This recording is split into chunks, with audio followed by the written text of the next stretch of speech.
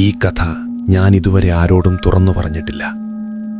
2 വർഷം മുമ്പ് എൻ്റെ അമ്മയുടെ വീട്ടിൽ നടന്നൊരു സംഭവമാണിത്. അമ്മയുടെ വീട് ഒരു ചെറിയ ഗ്രാമത്തിൻ്റെ അറ്റത്തായിരുന്നു.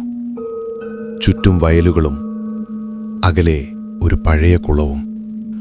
അവിടുത്തെ ആളുകൾ സൂര്യാസ്തമയത്തിന് ശേഷം പുറത്തേക്കിറങ്ങാറില്ല.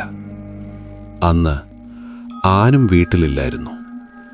വീട്ടിൽ ഞാനും എൻ്റെ അമ്മുമ്മയും മാത്രം.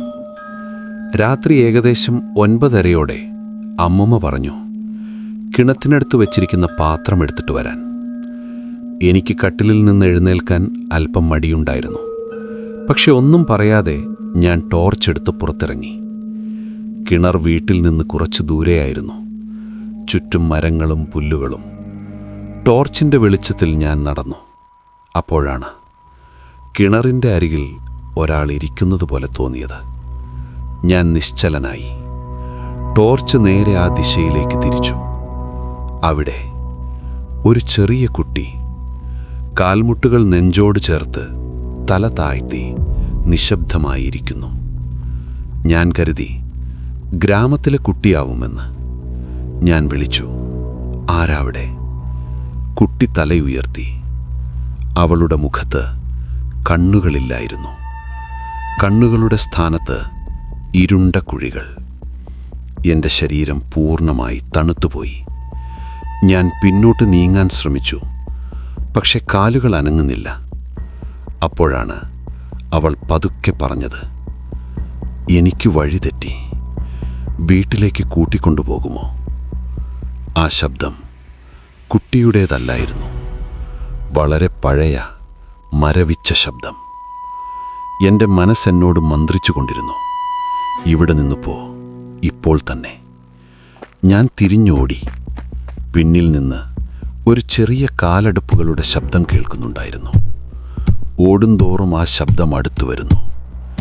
ഞാൻ വീട്ടിലേക്ക് ചാടിക്കയറി വാതിലടച്ചു.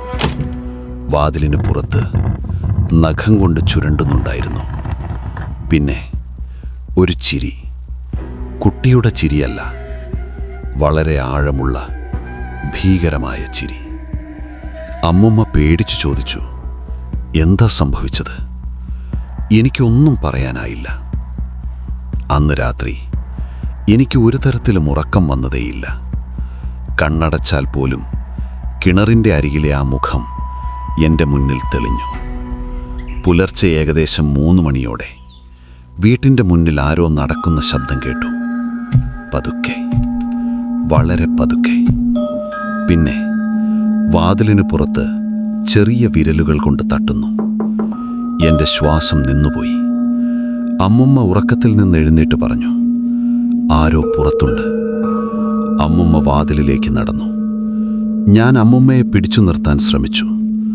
പക്ഷെ അതിനു മുമ്പേ വാതിൽ സ്വയം തുറന്നു. വാതിലിന് മുന്നിൽ അതേ കുട്ടി. അവൾ നനഞ്ഞിരിക്കുകയായിരുന്നു. കിണറ്റിലെ വെള്ളം അവളുടെ വസ്ത്രങ്ങളിൽ നിന്ന് നിലത്തേക്ക് തുള്ളി വീണു. അവൾ തലയുയർത്തി. ഇപ്പോഴും കണ്ണുകളില്ല. അവൾ വീണ്ടും പറഞ്ഞു, എനിക്ക് വഴിതെറ്റി, വീട്ടിലേക്ക് കൂട്ടിക്കൊണ്ടുപോകുമോ? അമ്മുമ്മ ഒരു ശബ്ദം പോലും പറയാതെ അവിടെ ഇട്ട് ബോധരഹിതയായി വീണു. പിന്നീട് ഞാൻ വാതിലിന് നേരെ നോക്കുമ്പോൾ ആ കുട്ടിയെ അവിടെ കാണുന്നില്ല. ഞാൻ വേഗം വാതിലടച്ചു. കുറച്ചു വെള്ളമെടുത്ത് ഞാൻ അമ്മുമ്മയുടെ മുഖത്ത് തളിച്ചു. ബോധം തിരികെ കിട്ടി. പിന്നീട് ഞങ്ങൾ 2 പേരും മിണ്ടാൻ കഴിയാതെ ഒരേ ഇരിപ്പായിരുന്നു. ഇതുപോലെ മറക്കാനാവാത്ത അനുഭവങ്ങൾ നിങ്ങൾക്കും ഉണ്ടായിട്ടുണ്ടോ? ഉണ്ടെങ്കിൽ കമൻ്റ് ചെയ്യുക. നല്ല അനുഭവകഥകൾ ഞാൻ വീഡിയോ ആക്കിയിടുന്നതാണ്. അതുപോലെ നിങ്ങൾക്കെൻ്റെ കഥ ഇഷ്ടപ്പെട്ടിട്ടുണ്ടെങ്കിൽ സബ്സ്ക്രൈബ് ചെയ്യാൻ മറക്കരുതേ. അടുത്ത ഒരു കഥയുമായി വീണ്ടും കാണാം.